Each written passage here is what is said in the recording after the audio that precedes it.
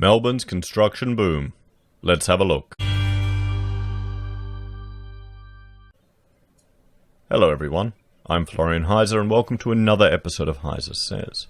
I'm still working through my morning stein of coffee, and I thought we'd have a look at this article from realestate.com.au, originally from the Herald Sun, discussing the home builder scheme and Melbourne's boom, a building boom in the outer suburbs apparently.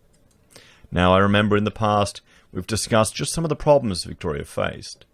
Land sales and property sales were declining, and that naturally affected their stamp duty. So there is, well, an incentive for the state of Victoria, and for every state actually, to encourage construction. Now, home builder, there's some criticism of it, particularly in my profession. Every time I go into LinkedIn, there's one architect after another arguing for social housing. Now, the issue is, this isn't about giving people free money. It isn't about taking care of people. It's about stimulating the economy. Now, for 25 grand, you're getting 150 grand of people of their own money thrown in as well. So that means the purchasing power of that government taxation that's being used is magnified significantly with the home builder scheme. That's just with renovations. If it's new homes, it's even more. Where social housing, it's just limited to that. If anything, it's a net cost, more so than anything else. And I would argue that the greater stimulation of the economy, the greater people you keep employed, the greater economic activity you create, the less need there is for social housing. But sadly, that's a minority in my profession, at least it seems on my LinkedIn. A lot of people don't quite understand why the government is actually doing this and the wider economic benefits that it has. Probably because it isn't as touchy-feely or as good. One issue I have with the home builder scheme, and we were tempted to jump at it, because we need to do a significant renovation here on our house. We bought a fixer-upper for a reason. We want to fix it up. We want to lift, build underneath. That's what you do in Queenslanders. But my concern is not really with the home builder scheme, but with other changes to legislation. Under the Company Act, the trading while insolvent, the directors are no longer personally liable, at least at the time being, and that will be reinstated in September. So what concerns me is that you have builders that are probably running a bit close to the wire, that might be running insolvent, and the last thing I would want will be to be halfway through a lift and renovation with builders that may go under. And that's my concern. I want to give a little bit more time for this recession to be felt, for the zombie companies to be removed from the market and people be forced to shut down. Because I'm a little concerned that all this propping up may keep people going a little bit longer than they should have. I know that's harsh and completely selfish, but that's life. It's just something to keep in mind. If you're doing any of this work, make sure you get the financials of whoever you're talking to. Talk to their accountant. Talk to the licensing authority. Ask to talk to other clients or to their tradies as well that they use. Because if they're paying their tradies slow, then you'll know. You'll know something's wrong. If they're paying them on time and prompt, then you know it's good. The tradies are the first ones to know. So there's some advice from Florian in the morning, and maybe I'm just getting too cynical. Maybe I'm just getting too worried, but I'd rather take things a little bit slower. Because this is all designed. It's all designed to pull work forward. It's to manipulate you. That's what it is. It's the government. It's their way to encourage you to do this. So let's have a look at this. A construction blitz is tipped for Melbourne's outer suburbs as buyers take advantage of the federal government's home builder grant. Victorian property owners have fast-tracked their building and renovation plans to score the $25,000 stimulus designed to boost the construction industry as it recovers from the pandemic. Well, I wouldn't say as it recovers. It's designed to prop it up on life support. Construction's been in trouble for some time. And we'll have to see, particularly, we looked at other videos today of apartments falling, rents falling. And, while building approvals did climb up, we'll have to see if that actually manifests. If that manifests in construction.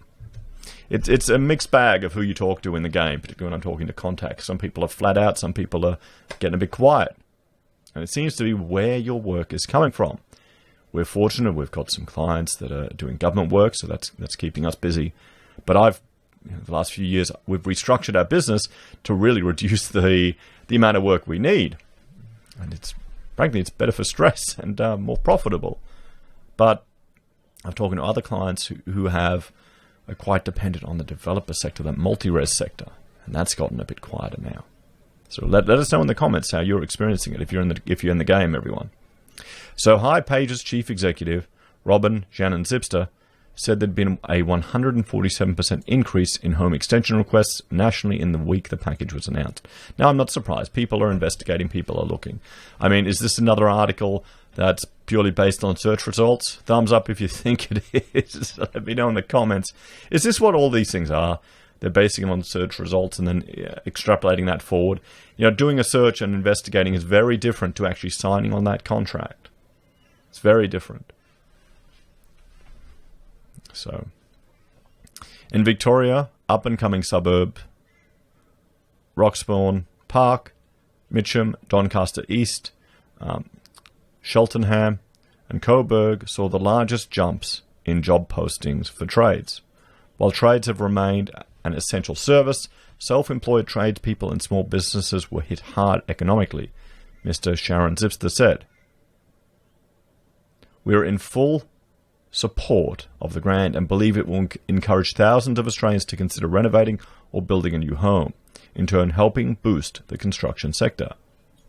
He said the minimum $150,000 required for the grant would help guarantee the viability and longevity of projects and jobs in the industry, and it will mean the government will get more bang for their buck.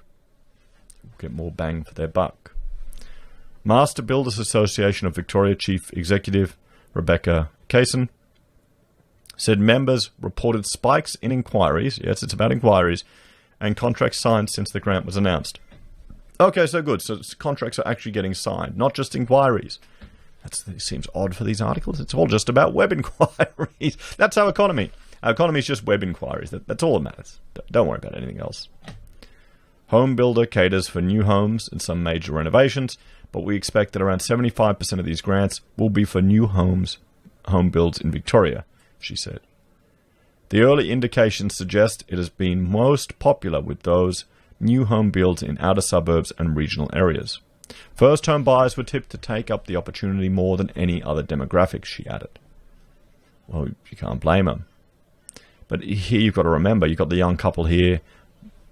The issue is what they're buying is going to be the same as everyone else. But if it's your forever home, if you're going out there and you're going to stay there for the next 20, 30 years, I mean, they're young.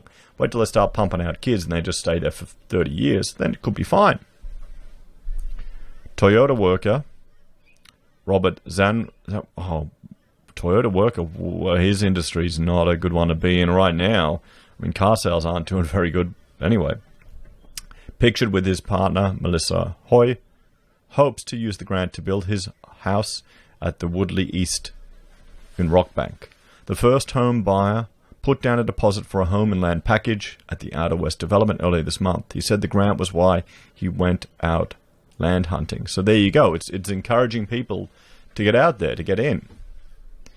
But the thing is, this is before we've seen JobKeeper disappear. This is before we've seen the mortgage holidays disappear. So it depends. I thought it would be a good time to look for something and take advantage of the grant, he said. It's hard to get into the market when everything is so expensive, and not everyone can afford a brand new home, so this helps. With the first home buyer grant already under his belt, Home Builder would be the second government package for the young buyer. But Mr. Zadworn was concerned about the home builder requirements to enter building contracts before December 31 this year and commence construction within 3 months of the contract date. You can manage that, mate. Don't worry about it. You can find a way to commence construction before there. Land can take some time to settle. I'm not sure Scott Morrison has given people enough time to prepare, he said. People need to be pretty quick, firm with their bank, and confident they'll get the property settled before the end of the year. Well, here's the thing. If you're not looking at using bank finance for the construction, you need to stump up all the money yourself, and then you get reimbursed at the end of the process. So you need to have the cash yourself to move with the project, which is probably a good thing from a builder's perspective. Realestate.com.au chief economist Nerida Conisbee said she had also concerns about how quickly homeowners could get their plans moving to take advantage of the grant. It is highly likely that the home builder scheme will increase demand for fixer-uppers, but home renovators will need to move quickly as the grant is only available for a short period of time. There you go. FOMO. It's FOMO, designed to get you to make the leap. I mean, this has gotten this young guy jumping now to go land shopping, and he signed a contract because of 25 grand. Now, if you buy and build, and then you take a $50,000 hit in 6 months' time, is it worth it? Maybe, if your rent was so expensive, and you got your own place. But is it smarter to wait a little bit? Is patience a virtue anymore in our civilization? Given that it usually takes a little while to buy a property, this could be a challenge. Outer suburbs, including Frankston North, Mount Dandenong, and Doveton, were identified as areas with the largest number of fixer-uppers listed for sale on realestate.com.au, while blue-chip suburbs like Canterbury, Ivanhoe East, Albert Park also had a large number of renovation opportunities available. The properties were unlikely to be valued at less than the 1.5 million eligibility cap. For suburbs with large numbers of properties available requiring renovation, price caps and income limits may be a challenge, Conisbee said. Albert Park has a median price of $2 million. Well, they're not even in it, so why are we bothering? So the cap is likely to be an issue where individual applicants need to have an annual income of less than 125, and the couples are required to earn less than 200. The other important point to remember is that investment properties are excluded, which means you can't buy property to renovate, to rent out, or you just live in it for a year to get around that. But, I mean, here's the thing. If you've got a $2 million house, is 25 grand really going to be enough to incentivize you to take the leap, particularly with all the unknowns out there? I don't think it would. At least I hope it wouldn't. I mean, don't get me wrong, 25 grand, it's a decent chunk of money. It takes a bit of work to earn that. But it's not that much compared to potential 10 to 20% swings in property. As always, please let me know your thoughts and opinions in the comments below. Are you taking advantage of this grant, or are you going to hold off a little longer? Let us know what you're going to do. Are you in the game? Are you seeing an increase in web inquiries, which is apparently all that matters, or actually getting contracts signed? As always, thank you for watching. Please like, share, and subscribe to the channel. If you're a fan and want to support the channel, there are a few ways you can. Simply interacting with the videos, liking, commenting is a great way to help the channel grow. Sharing the videos works really well too. You can support the channel financially by joining us on YouTube or Patreon. You can use our affiliate links at Amazon or eBay or Independent Reserve and Kucoin. Buy our merch from HeiseSays. Use Gold Pass from the Perth Mint, or support us via PayPal. Thanks, everyone. I'll see you in the next episode.